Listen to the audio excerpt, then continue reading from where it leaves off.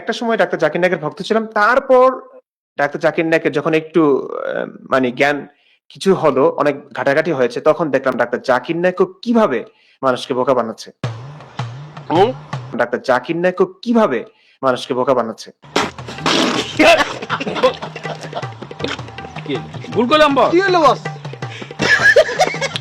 আমি এসব নিয়ে কনটেন্ট বানাবো এবং যারা আমাকে শুনছেন দেখছেন তাদের কাছে অনুরোধ থাকবে, ডাক্তার জাকির নায়েক এত বড় এটা এটা বলবেন না। আসলে একটা সত্য উদ্ঘাটন হয় তথ্য প্রমাণ যুক্তির আলোকে। अच्छा हमको सिखा रिया है।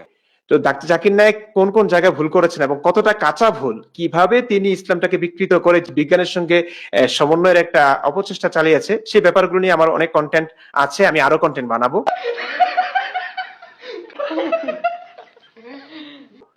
আর ডাক্তার জাকির নায়েক যদি বসতেও চান, क्या? আর ডাক্তার জাকির নায়েক যদি বসতেও চান আমার সঙ্গে, আমার হিন্দি জানা আছে, ইংরেজিতে আমি অতটা পাকা নই,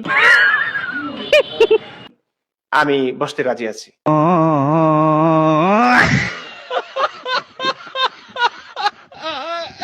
এই হ্যান্ডেল একটু আগে নিজে বললো যে আমি ইংরেজিতে অতটা পাকা নই।